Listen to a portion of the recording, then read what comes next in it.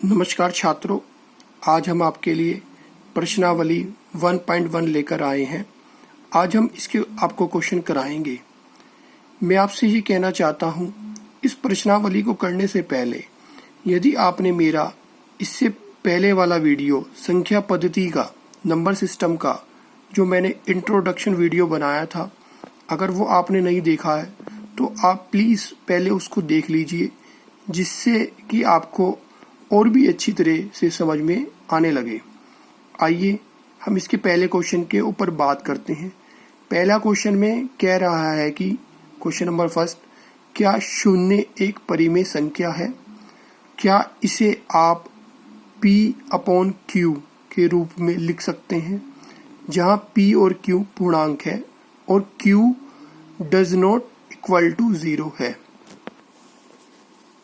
छात्रों, ये जो आप निशान देख रहे हैं, ये जो निशान है ये डज नॉट इक्वल टू का निशान होता है। इसका मतलब ये होता है कि Q जो है वो 0 के बराबर नहीं है। तो इसका हम सॉल्यूशन निकालेंगे। देखिए, जो शून्य है, हाँ, वो एक परिमेय संख्या है, क्योंकि शून्य को यानी 0 को हम क्या है 0/1 के रूप में लिख सकते हैं। और हमने ये डेफिनेशन पढ़ी है परिमेय संख्याओं की कि वह संख्या जिन्हें हम P/Q के रूप में लिख सकते हैं। और शून्य को भी हमने 0/1 लिख लिया, तो हम क्या कह सकते हैं? तो हम इसलिए ये कह सकते हैं कि शून्य भी एक परिमेय संख्या है और इसको हम 0/1 के रूप में लिख सकते हैं, यानी इसको हम P/Q के रूप में लिख सकते हैं। तो इस प्रकार आपने पहला क्वेश्चन देखा, हमने इसे बहुत ही ईजिली कर लिया। हम आगामी जो क्वेश्चन है वो भी बहुत आसानी से कर लेंगे। आइए हम क्वेश्चन नंबर 2 की ओर चलते हैं। ये है हमारे पास क्वेश्चन नंबर 2। इसके अंदर हमें जो है 3 और 4 है, इसके बीच में हमें 6 परिमेय संख्या निकालनी है। हमें इसमें छात्रों 3 व 4 के बीच में 6 परिमेय संख्या निकालनी है, यानी हमें कुल कितनी संख्या निकालनी है? 6 परिमेय संख्या निकालनी है। तो हम इसलिए 6 में 1 जोड़ेंगे। जितनी भी निकालनी होती है उसमें 1 जोड़ना पड़ता। तो 6 निकालनी थी तो 6 में 1 जोड़ेंगे, यानी 7। तो हमारे पास क्या आ गया? 7 आ गया। अब हम क्या करेंगे? 7 से गुणा और भाग कर देंगे इन नंबर्स में। जो नंबर हमें 3 और 4 दिया हुआ था ना, इसमें हम क्या करेंगे? इसमें 7 से गुणा कर देंगे। 3 को हम लिख सकते हैं 3/1, ये 1 है। और इसमें क्या करेंगे? इसके ऊपर भी यहाँ पे 7 से और यहाँ हर में भी 7 से हम क्या करेंगे? गुणा कर देंगे। तो 7 या 21 और 7 एकम 7, तो इसे हम लिख देंगे 21/7। ठीक है, हमने 3 को क्या लिख दिया? 21/7। इसी तरह ये जो 4 है, इसमें भी हम क्या करेंगे? 7 से गुणा कर देंगे और 7 से ही इसमें भाग कर देंगे। और इसको लिख देंगे हम 4, पहले इसे लिखेंगे 4/1, फिर 7 से गुणा व 7 से भाग कर देंगे। तो 4 7 28 और 7 एकम 7, तो इसको हम क्या लिख देंगे? 28/7। तो हमने 4 को क्या लिख दिया? 28/7। अब हमें इन 3 व 4 के बीच में कितनी संख्या लिखनी थी? 6 परिमेय संख्या लिखनी थी। तो हम यहाँ क्या करेंगे? 21 के बाद क्या आता है? 22 लिख देंगे। नीचे हमें 7 ही लिखना है सबके, तो 22/7। फिर 22 के बाद क्या आता है? 23/7। 23 के बाद क्या आएगा? 24/7। फिर 25/7। फिर 25 के बाद 26/7। 26 के बाद क्या आएगा? 27/7। तो कितनी होगी? 1 2 3 4 5 6। तो आपने क्या देखा? इस प्रकार हमने बहुत ही इजी तरीके से, बहुत ही आसान तरीके से 3 व 4 के बीच में 6 परिमेय संख्या निकाल ली है। तो हम इस क्वेश्चन को इस तरह कर देंगे। ये क्वेश्चन नंबर 2 भी हमारा पूरा हो गया है। आइए हम अगले क्वेश्चन की ओर चलते हैं। ये क्वेश्चन भी हमारा क्वेश्चन नंबर 2 की तरह ही है, बस इसमें हमें बटे में संख्या दे रखी है।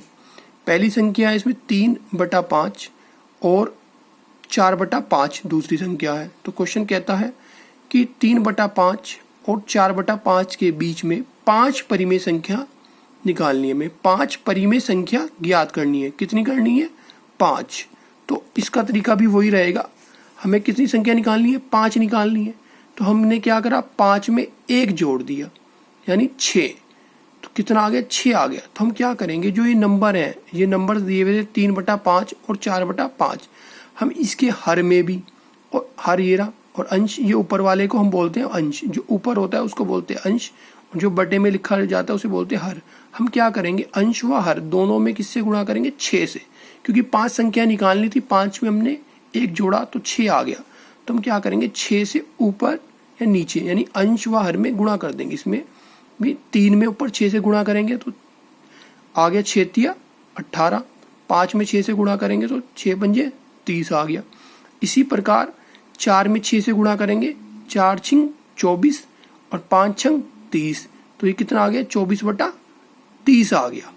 ठीक है, ये जो पहले वाला नंबर था हमारे पास 3/5 नंबर था, इसको हमने 18/30 यानी 18/30 करके लिख दिया। दूसरा जो नंबर था ये था 4/5 यानी 4/5, इसको हमने 24/30 करके लिख दिया। अब हम क्या लिख सकते हैं, देखिए इनके बीच में हमने कैसे लिखी है। भाई हमें पता है कि जो ये नंबर है 18 के बाद क्या आएगा, 19 आएगा, तो हमने 19 लिख दिया। नीचे 30 ही लिखना है सबके। 19 के बाद क्या आएगा, 20/30, 20 के बाद क्या आएगा, 21/30, फिर 22/30, फिर 23/30। तो देखा कितनी होगी, 1 2 3 4 5। तो हमने 19/30, 20/30, 21/30, 22/30 और 23/30, ये 5 संख्या निकाल ली हैं। अब देखिए इनको और भी हम आगे कैसे लिख सकते हैं।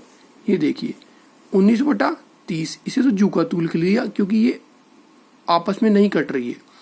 इसमें क्या करा, इसकी 0 से 0 काट दी, तो ये बचा 2/3, इसे 2/3 करके लिख दिया। अब अगला जो नंबर है 21/30, इसे हम क्या करेंगे, 3 से काट देंगे, 3 सत्ते 21, यहाँ 7 आ जाएगा, और 3 एकम 3 और 0 के 0 लिख देंगे। अगला जो नंबर है 22/30, इसे 2 से काट देंगे, तो 2 एकम 2, 2 एकम 2, यहाँ 11 आ जाएगा और नीचे 15 आ जाएगा, क्योंकि 15 दूनी 30। और इस नंबर को हम जुगातू लिख देंगे अगला 23/30 को, क्योंकि ये नहीं करता है किसी से। तो इस प्रकार हमारे पास ये 5 संख्या आ गई। तो ये क्वेश्चन भी हमारे पास पूरा हो गया। आइए हम अगले क्वेश्चन की ओर बढ़ते हैं। ये अगला क्वेश्चन है हमारे पास, सत्य असत्य बताना है, कथन बताना है, सत्य है या असत्य है, साथ में हमें इसके रीजन भी बताना है। पहला पॉइंट है, प्रत्येक प्राकृत यानी प्राकृतिक संख्या के बारे में बात हो रही है, नेचुरल नंबर के बारे में। तो ये क्या रहा है, प्रत्येक प्राकृत संख्या एक पूर्ण संख्या होती है, तो इसका आंसर है सत्य। इसका आंसर हमारे पास सत्य है, क्योंकि हमने ये बताया था पीछे, अभी आपको डेफिनेशन बताई थी, जो प्राकृत संख्या यानी प्राकृतिक संख्या जो होती हैं वो 1 से शुरू होती हैं और अनंत तक जाती हैं, लेकिन जो पूर्ण संख्या होती हैं वो तो 0 से शुरू हो जाती हैं, उसमें 0 फालतू आता है। तो इसलिए प्राकृत संख्या, जो प्राकृत संख्या है, प्राकृतिक संख्या है, वो सारी की सारी पूर्ण संख्या होती हैं। ठीक है, तो इसका आंसर सत्य आ जाएगा। अब अगला point, second question number second मान लो से, प्रत्येक पूर्णांक एक पूर्ण संख्या होती है, इसका आंसर आ जाएगा असत्य। क्योंकि जब हमने पूर्णांकों की डेफिनेशन पढ़ी थी, हमने उसमें ये भी बताया था कि जो पूर्णांक है वो नेगेटिव भी होते हैं, यानी वो ऋणात्मक संख्याएं भी होती हैं। लेकिन पूर्ण संख्या में अभी हमने आपको ऊपर डेफिनेशन बताई कि जो पूर्ण संख्या होती हैं वो तो 0 से स्टार्ट होती हैं, 0 1 2 3 और अनंत तक जाती हैं, उसमें ऋणात्मक संख्या तो आती ही नहीं है। तो इसलिए इसका आंसर असत्य है, प्रत्येक पूर्णांक एक पूर्ण संख्या नहीं होती। ठीक है, आइए अब तीसरा हम सत्य असत्य करें। प्रत्येक परिमेय संख्या एक पूर्ण संख्या होती है, इसका आंसर भी असत्य है, क्योंकि पूर्ण संख्या तो 0 1 2 और अनंत तक होती है। और परिमेय संख्या हमने पढ़ा था पीछे जब हमने इसकी डेफिनेशन बताई थी आपको, परिमेय संख्या को हम p/q की फॉर्म में लिख सकते हैं, और परिमेय संख्या में तो ऋणात्मक संख्या भी शामिल हो जाती है। ठीक है, और पूर्ण संख्याओं में तो जबकि ऋणात्मक होती नहीं है, तो इसलिए इसका आंसर असत्य है। तो प्रत्येक परिमेय संख्या एक पूर्ण संख्या नहीं होती है। ठीक है, तो इस प्रकार ये जो एक्सरसाइज है वो पूरी हो गई है। हम आपको आगे की भी एक्सरसाइज कराएंगे। आप हमारे इस चैनल के साथ बने रहिए।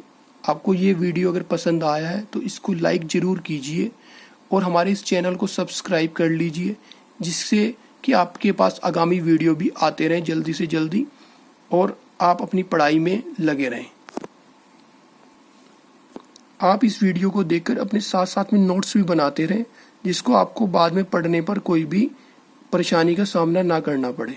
ठीक है, तो आप अपने नोट्स बनाते रहिए और इस चैनल को ज़रूर सब्सक्राइब कर दीजिए और इस वीडियो को लाइक कर दीजिए और अपनी पढ़ाई आप जारी रखिए।